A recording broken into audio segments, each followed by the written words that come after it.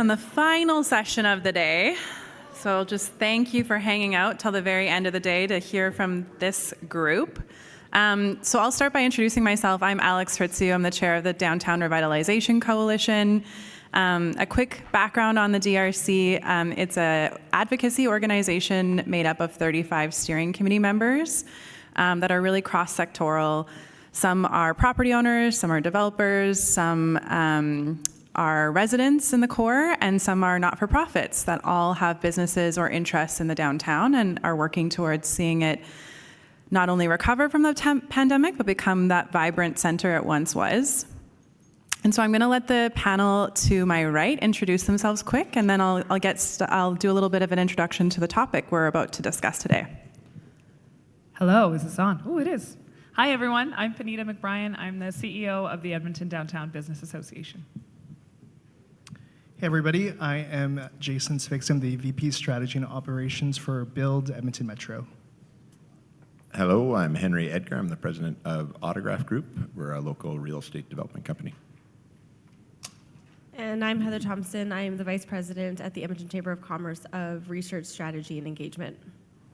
So all these folks are also DRC members. We were supposed to have Tim Shipton with Oilers Entertainment Group, but they're busy doing Oilers things.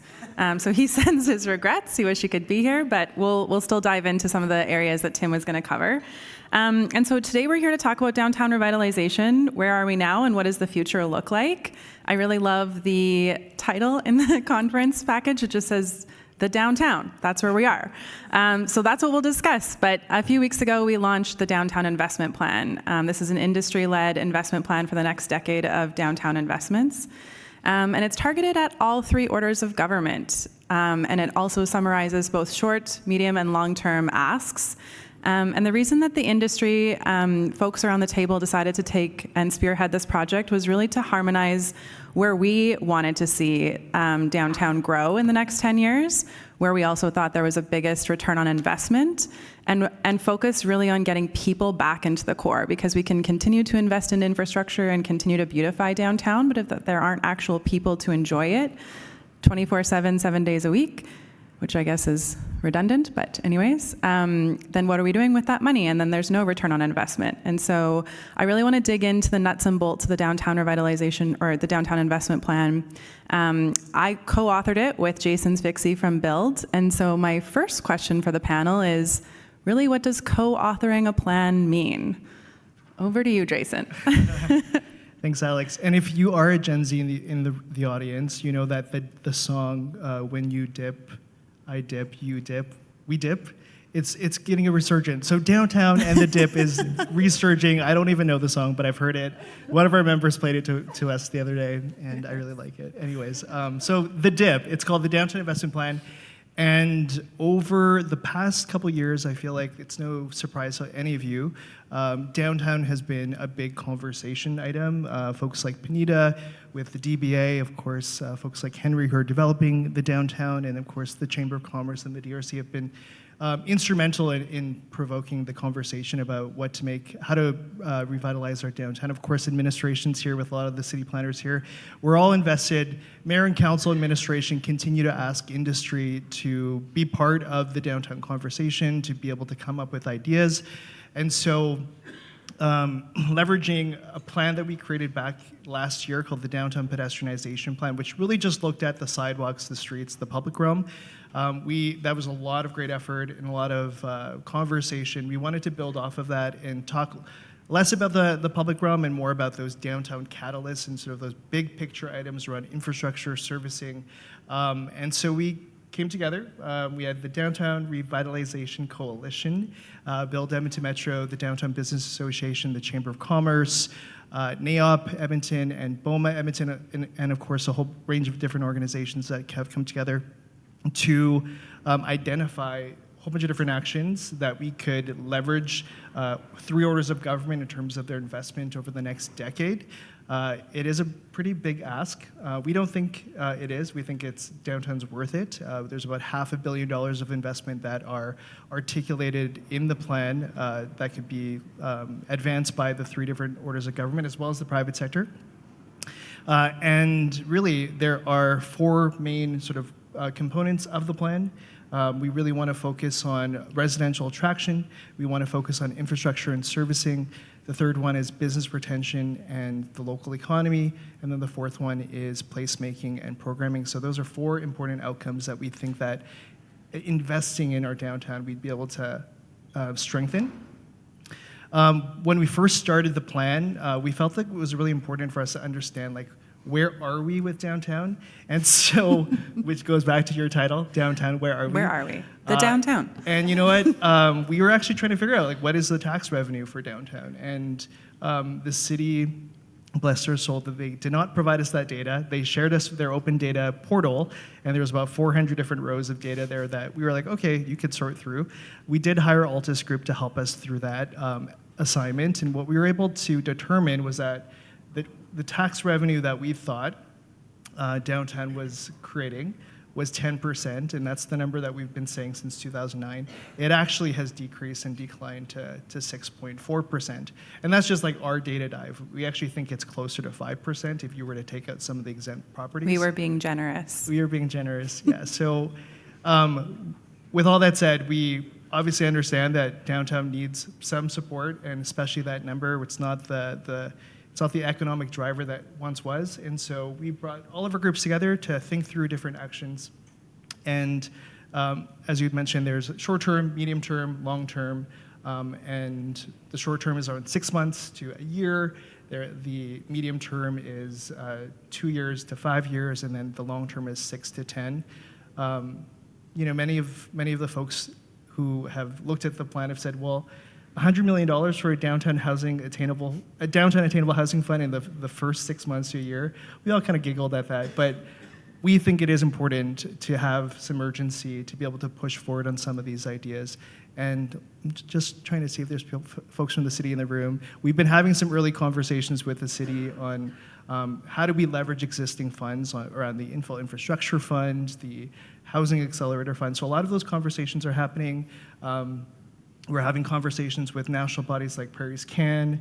We're going to be meeting with the province, and we've met with most of the ministers and the chiefs of staff. So what it all really does, this plan, in our opinion, is that it unifies our asks, which were kind of disparate before, in one document, and it allows us to be able to advocate in a unified way to different orders of government. Yeah. Jason and I literally wrote this plan Friday nights in August on a Google Doc. And so it was a heavy lift, but there was a lot of folks who helped us along the way.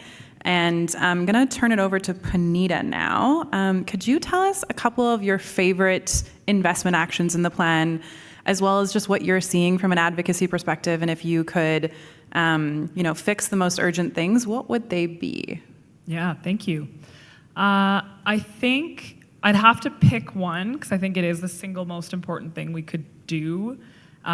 So much of what we talk about when we talk about our challenges in downtown Edmonton, and why we feel like we're struggling in ways that maybe other cities aren't, is that we just have a massive density problem at a scale that does not exist in any other major city.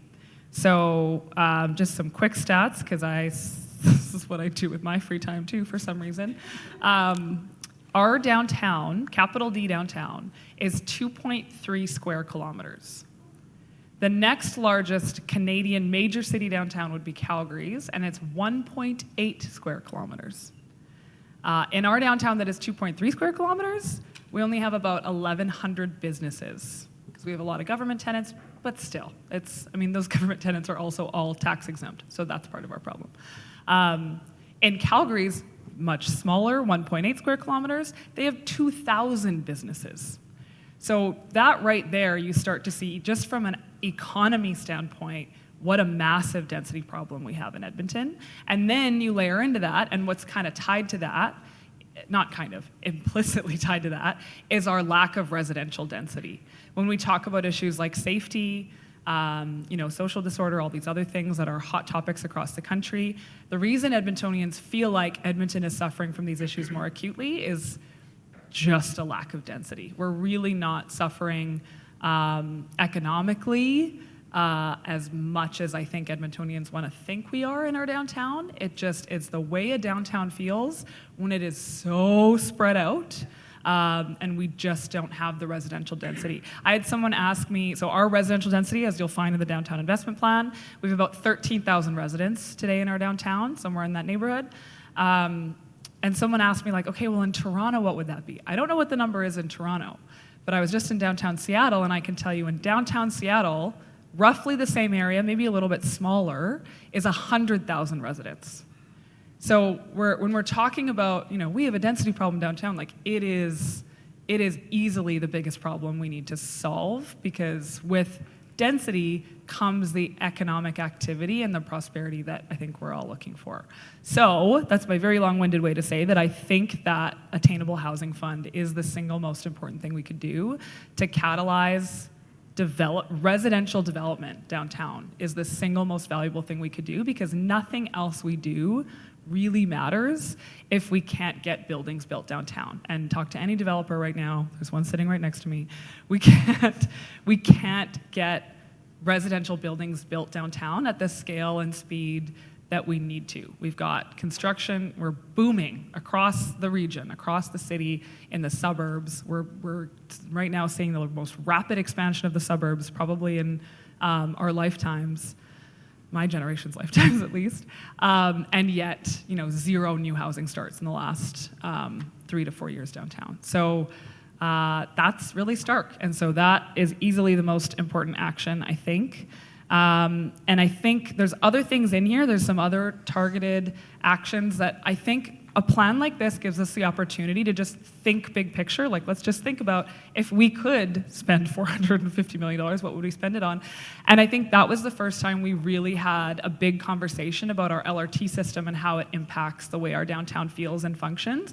And so the action in here to really invest in and reimagine our LRT entrances, not just the entrances, but just how that all connects to the system, I think is really powerful, because we now have data that shows how dramatically the Stadium LRT station has changed. It went from being the LRT station that had the most calls for service for EMS and police to being now, I think, maybe the least or close to the least calls for service, because that kind of investment in more highly visible, well-lit, attractive, inviting space results in a much more functional, desirable, and safer environment. So that would be my runner-up, is the LRT station's investment. Yeah, thanks for that. I think just to what you were saying about the region, our region's grown 64% in the last year, and none of that has been within the core. And that is shocking when you think about the infrastructure that exists already downtown. To your point on the Attainable Housing Fund, Henry, help us in a very simplistic way understand why it's so hard for developers to start in the core, like we were maybe 7 years old. Because that's how I need to understand it. It is complex. Trying to think how to explain this to my kids then. Look, everything Puneeta said is bang on. And the simple silver bullet ingredient is people, for sure. I think there's a couple of challenges. There's so often a conversation about office building conversions, and we've got all these empty offices, why don't we just turn them to residential? That can be done, it has been done, it should be done, but it's hard. Office buildings have floor plates that often aren't optimal, with depths from core to windows that don't really work well for residential. Office buildings are rarely totally empty, which means you've got tenants that have lease terms, and you've got sort of negative cash flow, not to mention building systems that aren't meant to be utilized for residential purposes. So, the office conversion argument is sought with all kinds of issues, and those that are trying to do it have challenges with financing and a litany of other things. So, I think the office conversion piece, we'll see some of that, but that certainly isn't going to be the answer. And on the new residential side of things, and we'll probably talk about other things that our downtown needs right away, but I think it's a simple human nature. If you are in a new city and you've got a couple hours to burn and you want to walk around, get to an intersection, and if you look right, there's new sidewalks, there's trees, there's nice light standards, there's street furniture, maybe a cobblestone road, and you look left, and there's beat up sidewalk and kind of like yellow, orange street lights and empty storefronts, and like, which way are you going to go? You're going to turn right 100% of the time. If you're looking for a new home or a new apartment, and on one block there's a park, and there's a cool coffee shop, and there's a grocery store down the street, and on another block there's a parking lot, and there's beat up sidewalks and potholes and orange light standards, you know, which street do you want to live on? It's very, very obvious. So we have an infrastructure problem, and we have a density problem, as you said. It's very challenging to consider building a tower with 2 blocks of empty around you. People don't want to be there.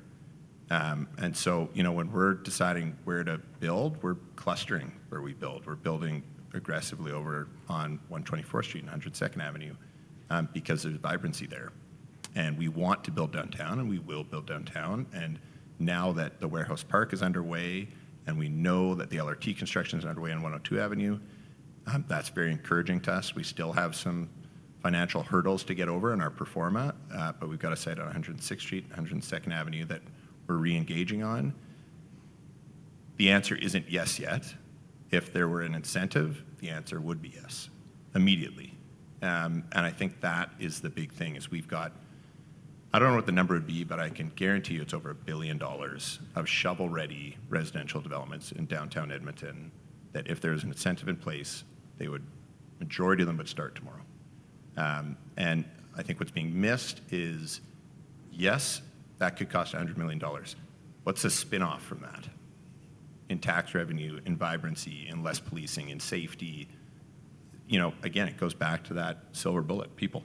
Yeah. I think we did calculate the spin-off on that, Jason. Do you want to? Yeah, so we did hire Altus Group to do some ROI with some caveats, of course.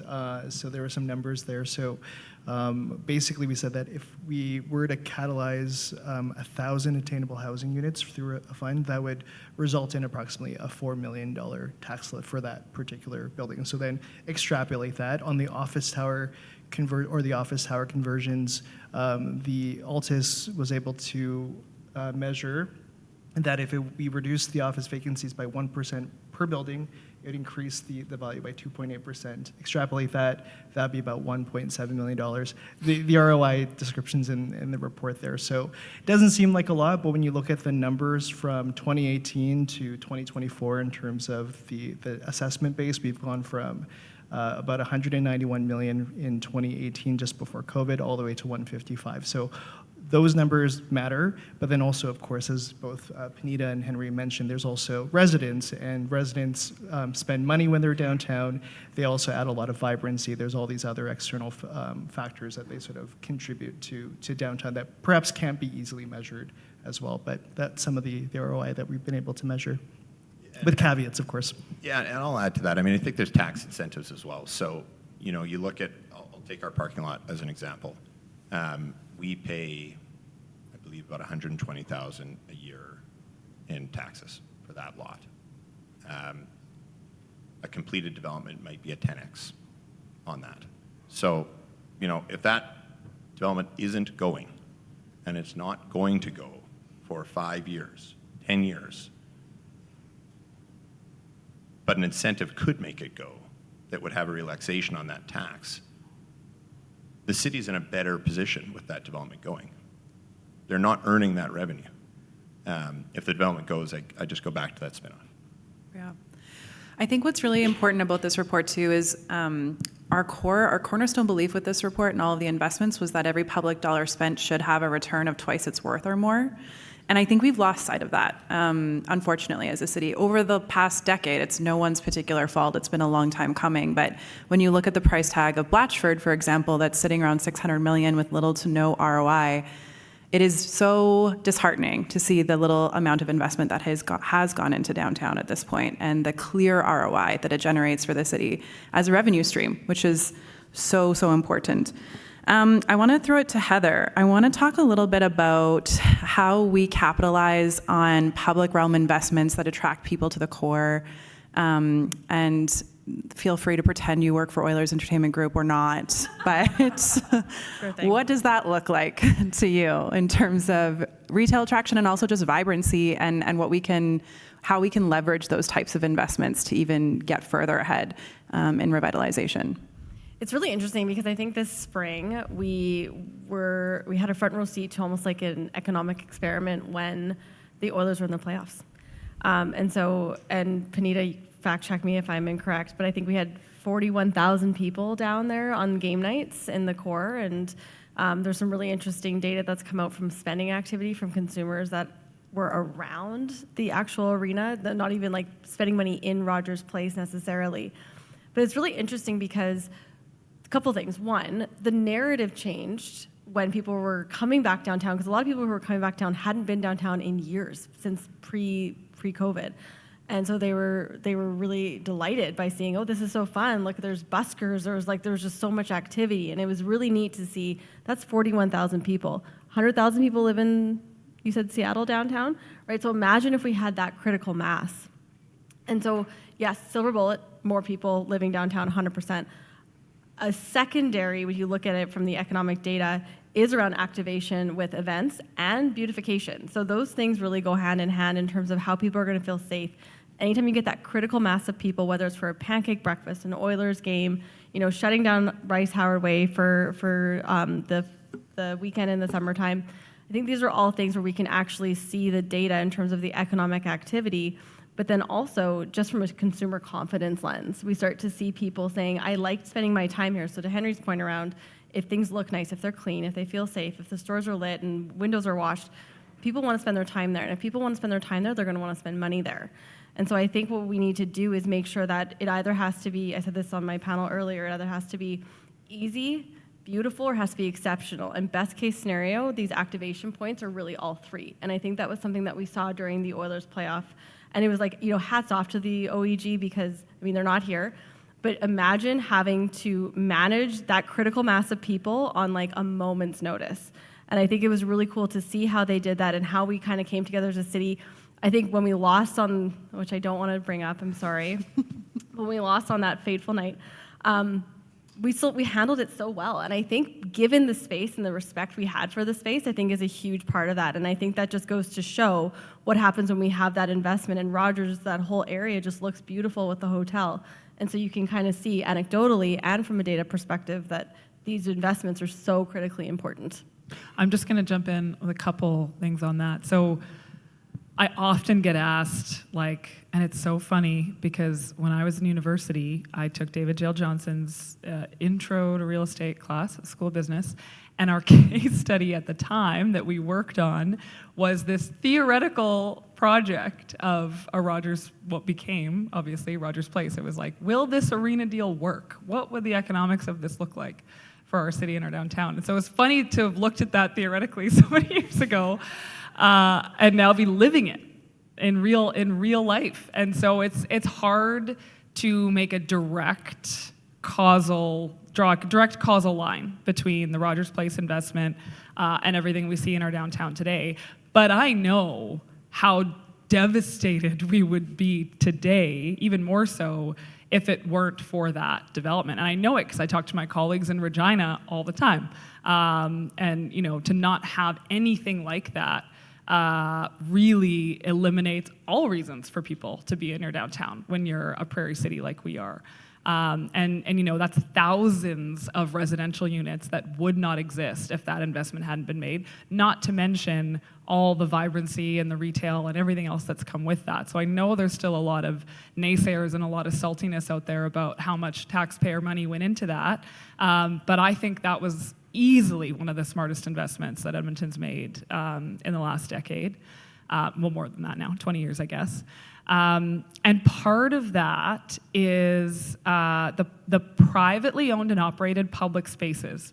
So the fact that the Ice District Plaza was a part of that, and now Fan Park, which was sort of a bizarro world silver lining coming out of the pandemic. That site was supposed to be an office building. Obviously, they're not building an office building there anymore, so it's become this like very multi-purpose, activated almost year-round event space that they've spent a lot of money and time and energy developing into this space, and have found a business case to make it work. Like, I mean, it's really expensive to go to Oktoberfest. We all have seen the dynamics of that, but it's a business and it's working, and it's this use of space that would still be sitting there as a vacant lot if it wasn't under the stewardship of a group that just like had to find a way to make it work, because their whole business suffers if they can't make that work. And then another great example of a privately owned and operated public space is Enbridge Centers Plaza. If you haven't been over on Rice Howard Way recently, it's been there for quite some time now, so you maybe haven't been downtown in a while if you haven't seen it. But it's where the Credo is and the Della Tavola Zanari. It's a great example of partnership where you have easily one of the best streetscapes and public realm experiences in our downtown. And it is that way because there was partnership there between the city of Edmonton and the developer. And the developer has care and control of the space and keeps it beautiful year-round in a way that we love our friends at the city, but in a way that the city just never would, because there's economic value there. Sorry, I'm looking at David at the back. It's so hard from an operations and maintenance standpoint for the city to maintain that level of public realm. It's just too hard, whereas a private sector entity is economically motivated to keep that space looking sharp, and so they do. And they have beautiful flowers there year-round, and it's clean, it's power washed regularly, it's well-maintained, all those things. And so I do think I will give the city some credit as well for this influx of people that we've had over the playoffs, and with these privately owned and operated public spaces. The city and EPS have had to come to the table too, and it's been a really, really great example of partnership, I think. And the key thing there is the private sector leadership, and that's what I think Edmontonians are scared of sometimes.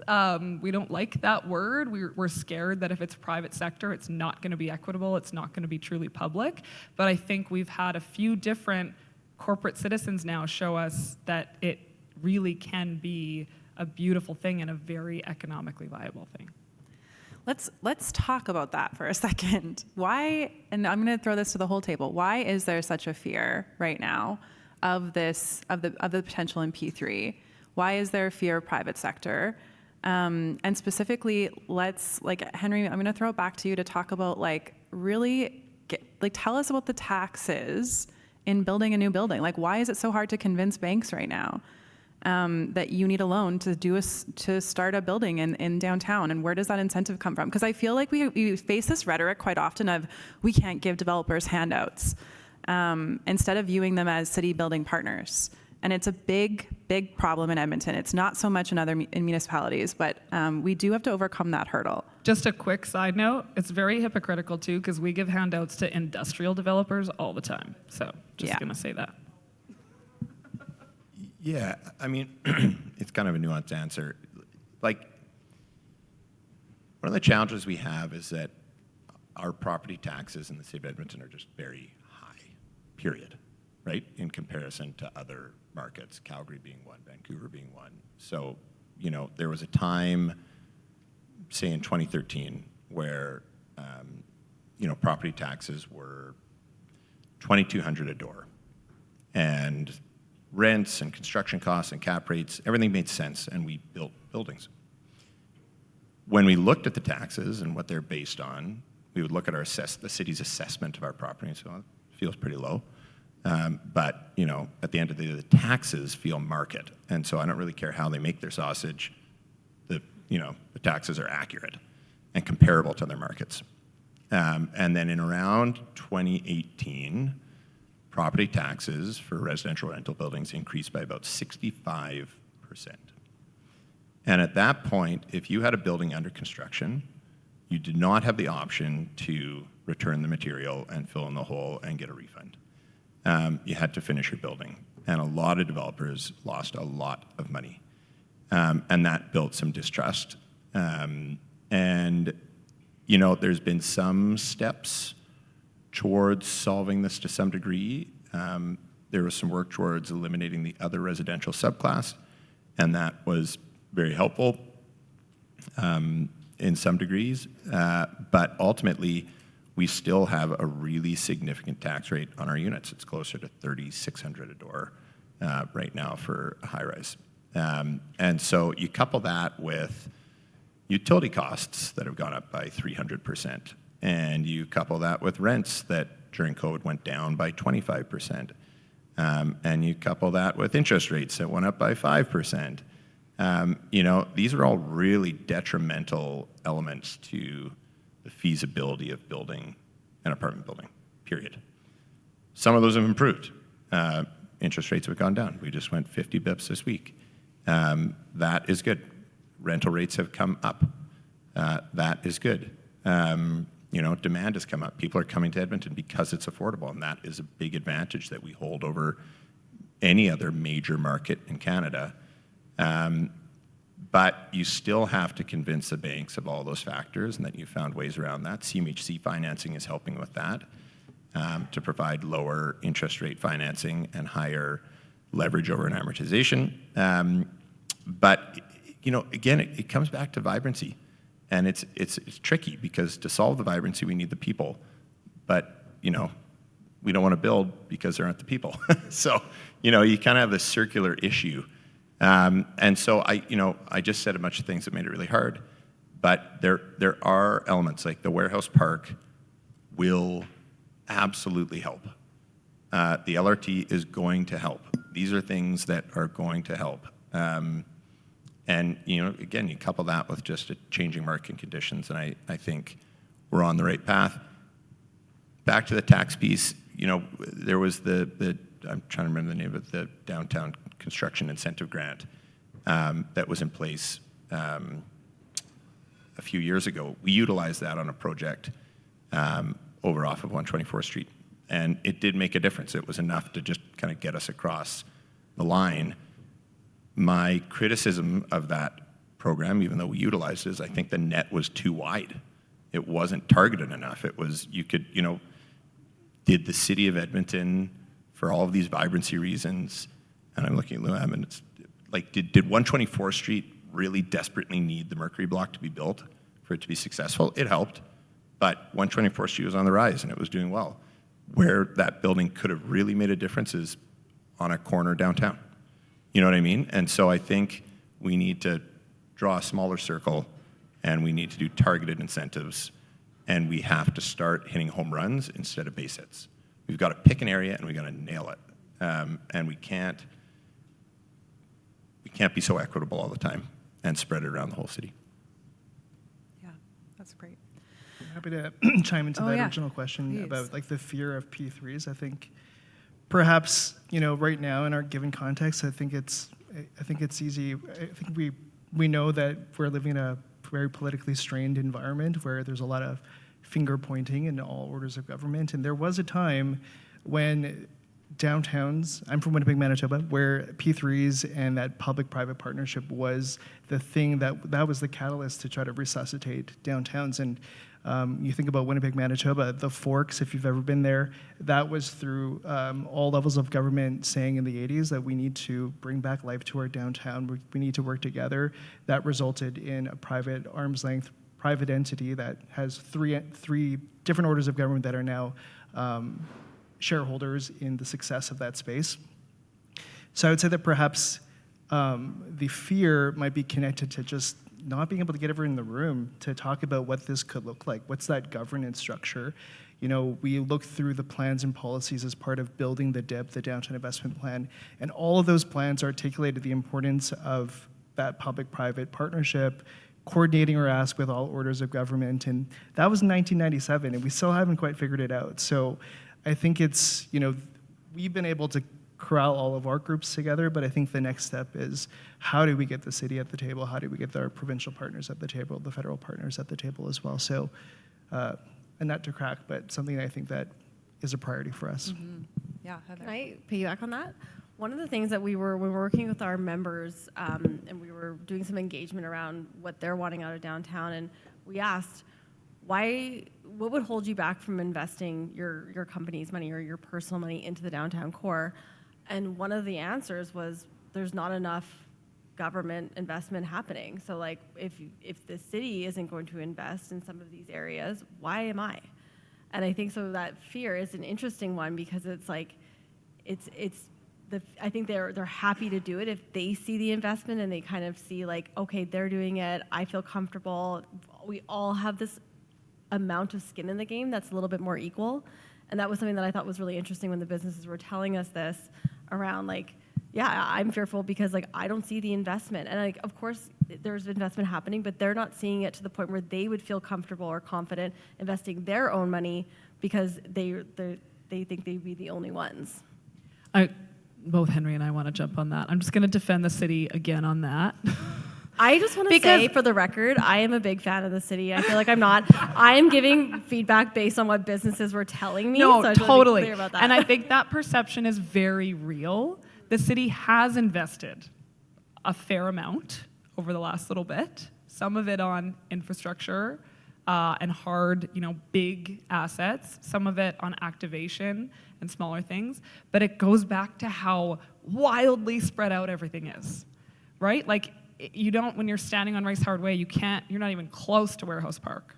And when you're standing at the edge of Warehouse Park, you're nowhere near Centennial Plaza. And it's like, seeing all of those things somehow tied together is really challenging. And so it's still, because we've got entire stretches of our downtown streets with like non-functioning streetlights, crumbling sidewalks, dead trees, like too much of our downtown still feels that way. So you don't feel the impact of all those investments that have been made, and it still leads to this perception of no investment. So I guess that goes back to Henry's last point, that it's just like we have to draw a smaller circle so that you can feel the impact. I think too there's a fear, and I sit on Puneeta's board at the Downtown Business Association, and we've talked about this with our budgets and talking to our members about cleaning storefronts and putting up landscaping and security. And there's such a budget issue at the City of Edmonton and an issue of property taxes coming up. And this sort of how do we deal with this problem that the private sector feels like, okay, well, if I take over this responsibility, then the city will say, well, that's being taken care of. We can redeploy the funds that we had there somewhere else. Whether or not that's true, that's perceived. And I think that's something we've got to find a way to bridge to give people confidence that we can do it together in a way where we're just getting double the benefit, And so I think it's a perception issue. I'm not suggesting that would happen, but certainly I know that's a perception. Yeah, good point. I want to make sure we have time for questions, so I might just pause and ask if there are any questions in the crowd right now. Yeah, at the back.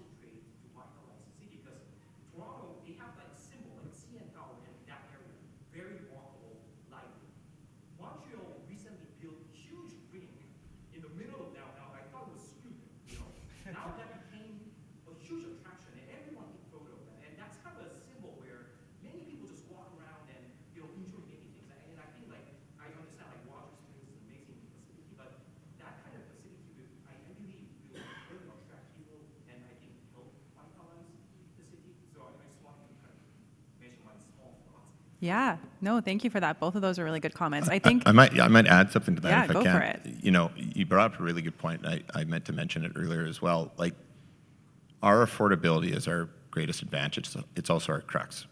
So if you think about a healthy city has a good mix of apartments and condos. Nobody's building condos in Edmonton right now. If you want to build a condominium in Edmonton, you have to sell it for, a high-rise, dense concrete. You've got to sell it for at least $600 a square foot. So a 1,000 square foot condo is $600,000. We all know what you can buy for a house for $600,000 in Edmonton. And unless we can create the necessity, or houses become more expensive, or the place where that condo is becomes desirable enough, it's just not going to happen. It's just simple economics. And so, I just thought I'd mention that. People often wonder why condos aren't being built. That's why. You can buy a house for too cheap. Yeah, it's so fascinating. You're bang on. Like, what is, and I just was in Ottawa with my colleagues from across the country. So all of us from downtown organizations, from Halifax to Victoria, we all went together, 23 of us. And what's happening on the prairies is not at all what's happening in Ontario and BC and Quebec. When we talk about the housing affordability crisis, it becomes this Canada-wide conversation. We don't have a housing affordability crisis in Edmonton. Maybe we do for our most low-income Albertans. And so we obviously continue to need solutions for those who are living in poverty, for those who have other housing needs, way below the median income. Those folks will always need housing solutions and always have. We got to keep doing that. But we can't talk about a housing affordability crisis across the country and pretend that it's the same thing in Winnipeg and Edmonton and Regina as it is in Vancouver and Toronto. And right now, that's kind of what's happening, and it's infuriating because it's also what we're suffering from in our downtown as a result. We have no shortage of land. So we're just building and building and building, and it is so cheap to live so far away. We're not factoring in how expensive it is to live in the suburbs. You have to own a car. How much are you spending on gas? All of those things that come with the suburban lifestyle. It should be, from a lifestyle standpoint, way more affordable to live downtown, but we're not talking about that. And so our most affordable housing is so far away, and that's why people live, all over the city and we're not having enough development happening in the downtown. It's also why we were super conscious of using the word attainable housing and not affordable housing, because both of those, affordable housing has become hyper politicized, and also just it fits a subclass that's not what we're talking about when we're talking about building downtown. It is permanent supportive. It is for very vulnerable folks. And so when we say attainable, we're just meaning market-based housing downtown. Somewhere that 15,000 students that are going to come downtown for MacEwan's new School of Business, somewhere they can live. Yes. Thank you for the discussion. I don't know how many people in this room are headed to the crew event tonight, but I know I'm going to have to share a table and over dinner have a conversation with one person I will not name, but is a constant contrarian sometimes on LinkedIn when it comes to downtown. And so I wonder how you can help me. I'm asking for your help on having a conversation when somebody thinks that every community in our city would benefit massively from $500 million of investment. Is it Lauren Gunter? Yeah, I want everyone to answer this, but I'll start by saying there is not the same ROI. That's my answer. Yeah.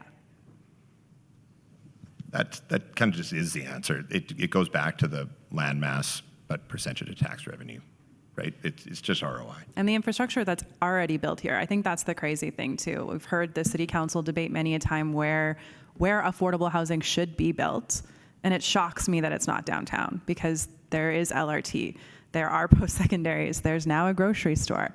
If we don't find a way of making sure these are sustained infrastructure investments, then they will die. And The city also owns a lot of land on the edge of the downtown core. Yes.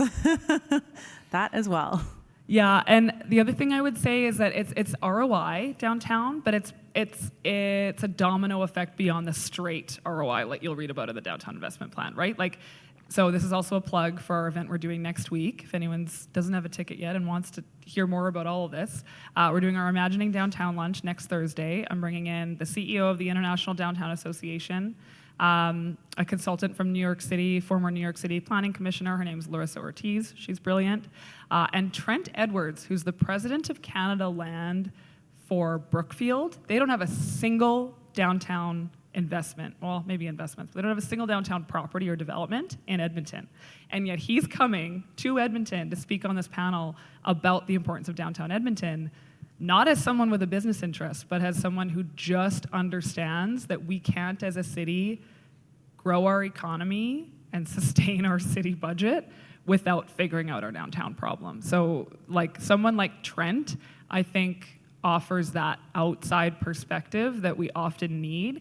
Obviously, Henry's going to advocate for downtown. Obviously, I'm going to advocate for downtown. You know, all of us have a vested interest in our own way. But when you hear very smart business people like a Trent, who chaired the Real Estate Advisory Council in Calgary, talk about the overall economic and long-term cultural and social importance of a downtown, that's where you really get those nuggets of like why this really matters. I might take, yes, number one answer, yes, is ROI. A second answer, I would say that there's an importance from an economic side around just having a cultural center and the importance that that does for the entire region. You know, we were just named, top 30 places to visit in 2025. It's the only place in Canada. And that doesn't happen because like we are an economic powerhouse. It really does come from the fact that we have a river valley and we have these amazing arts infrastructures, and I think that is the sort of lens that we can look at through downtown that you actually just don't get in other communities. We talk a lot about how West Edmonton Mall brings a lot of consumers out there, but there's so many things that downtown will always have that West Edmonton Mall won't have, or the Currents or South Edmonton Common just won't have. And I think that is something where like sometimes we can sell ourselves short a little bit around the importance of like the downtown actually being like a cultural hub for the entire region and really northern Alberta. Northern Canada, to be honest. Yeah, the gateway, yeah. Yeah. Don't put a pirate ship down. You don't need to compete with West Edmonton. It's all I want to do, but noted. Maybe I'll just add, because you painted the question to all the panelists here, but I think we could probably argue that our downtowns have been systemically under invested over time, especially when you think about the operational budget. So when you think about the concept of equity, which if you're curious, Dr. Sandy Beckerell talked a lot about different forms and dimensions of equity. You could look at it from the dimension of procedural equity, which is like how people participate. You could look at it from recognitional equity in terms of identity factors, but there's also the dimension of distributional equity, which is how do we make investment decisions. Every other neighborhood has a neighborhood renewal program in their community. We don't have one for downtown. So how come we don't treat downtown as a neighborhood? So really rethinking about, you know, how we distributionally make our investment decisions that way. Well, and I mean, you guys might know this number. Somebody in the room probably knows this number, but you know, we're at the very beginning of this. 1% of the land mass used to be 10% of the tax revenue. Now 5% of the tax revenue. What's that 5% worth? And what would that do to reduce property taxes if we got it all back next year? Yeah, I can't remember the number. Do you? It's in the hundreds of millions, obviously. Maybe billion? No, it's not a billion. We'd have to go back at the math. Any other questions? Yes. I don't mean to, draw attention to something, but Heather just brought it up by saying about a cultural thing. How come the Winspear was taken out of the short-term pieces? It's not. You got an old version of the print. It went to print before. It went to print. So back to, we wrote this Friday nights in August. We are not perfect. If you would like the most perfect version of this, please visit yegdowntown.ca and download the most updated version. This was just a missed one, and the Winspear was there the whole time. We just flagged it. Yes. Just a comment for Puneeta. You were asking about the population of downtown Toronto. It's 275,000. Now their land mass, so the downtown area, is about 5 times what it is in downtown Edmonton. But even if you took that, that's 55,000 versus 11,000 or 60,000 versus. Yeah, it gets a little bit granular, but we measure it in terms of business improvement areas because that's part of the battle we're having and that's one of the core principles you'll find in the downtown investment plan is organizational capacity.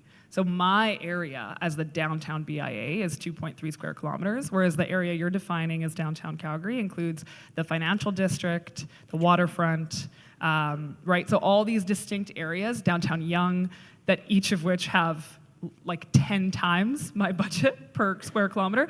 So yeah, if you look at the whole area as the downtown, more like lowercase d downtown,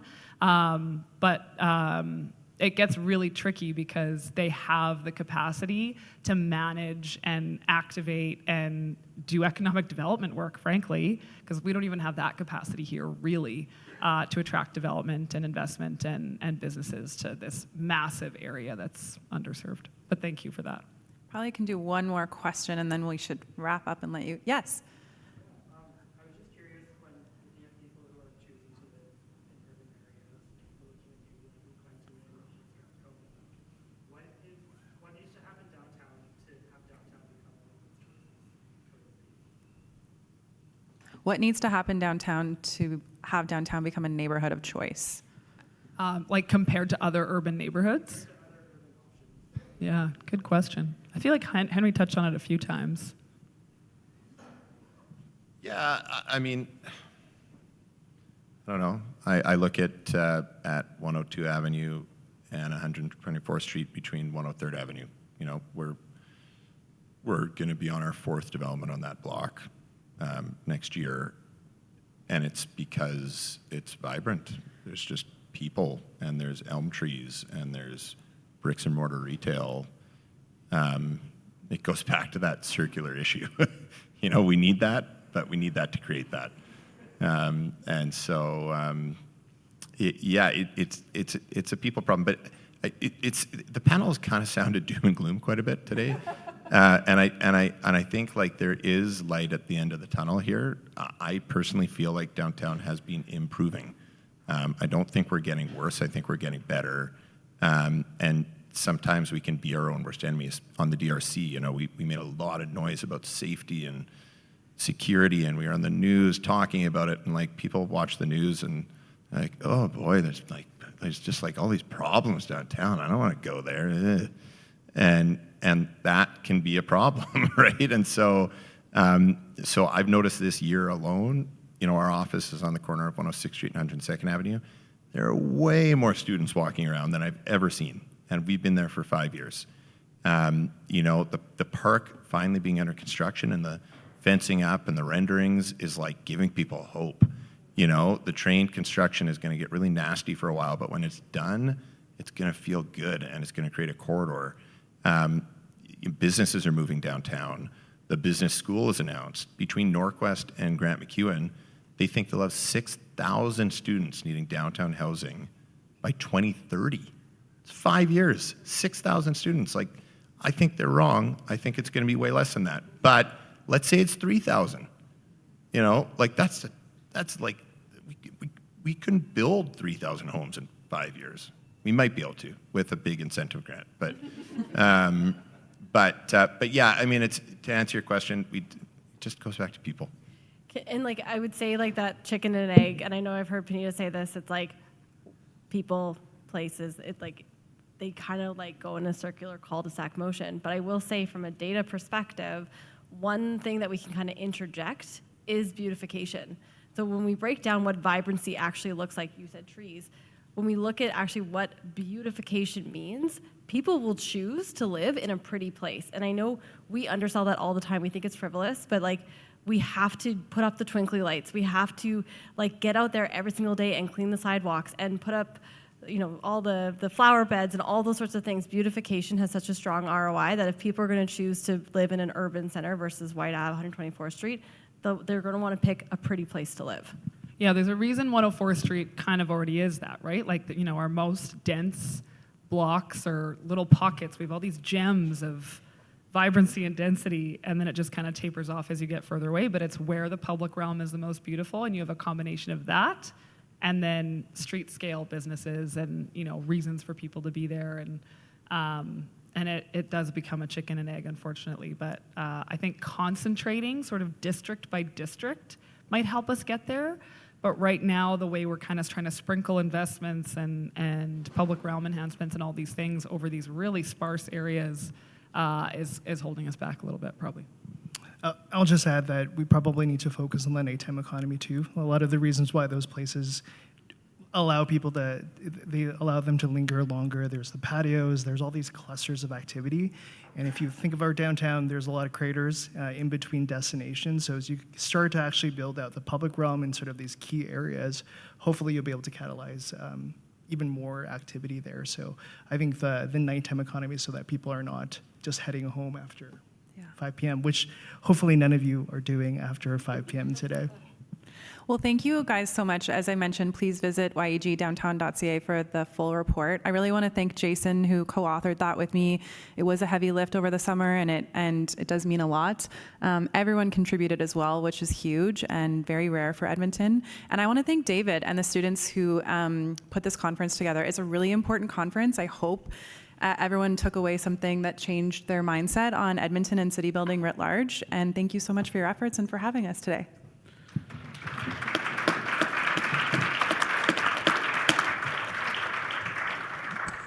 Well, I will not take long, but thank you for a great panel, excellent job, and we got our work cut out for us, I'm afraid, but that's all good.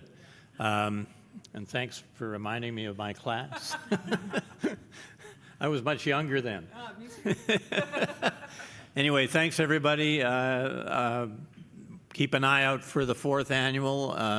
We hope this is an event that really does help us get to where we want to go in terms of city building, which is what the center is all about. So thanks again, and have a great evening, and hang around for a bit and let's chat.